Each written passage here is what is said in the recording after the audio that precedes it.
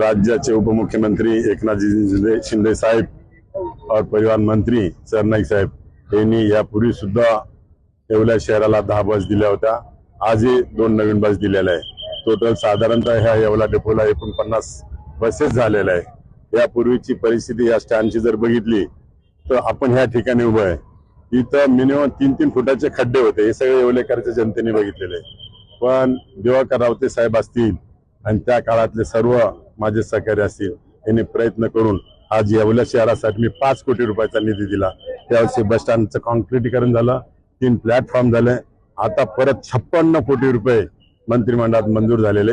56 कोटीचं काम सुद्धा येवला आणि लासंगाव इथे चालू होणार आहे। या ठिकाणी जे आमचे विद्यार्थी असतील, वयस्कर वृद्ध असतील, हे यांना बसण्यासाठी जागा नव्हती, त्याच्यासाठी 3 प्लॅटफॉर्म तयार केले।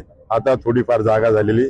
या काळात सुद्धा डेपोचं सुद्धा काम चांगल्या प्रकारे करणार आहे आणि येवला तालुक्यातल्या सर्व विद्यार्थ्यांसाठी, वयोवृद्ध लोकांसाठी चांगल्या प्रकारची सुविधा कशी मिळेल हा हेतू आम्ही डोळ्यासमोर ठेवून येणाऱ्या काळात असं काम करून आणि सगळ्यांना सुखरूप प्रवास झाला पाहिजे अशी परमेश्वराजवळ विनंती करतो।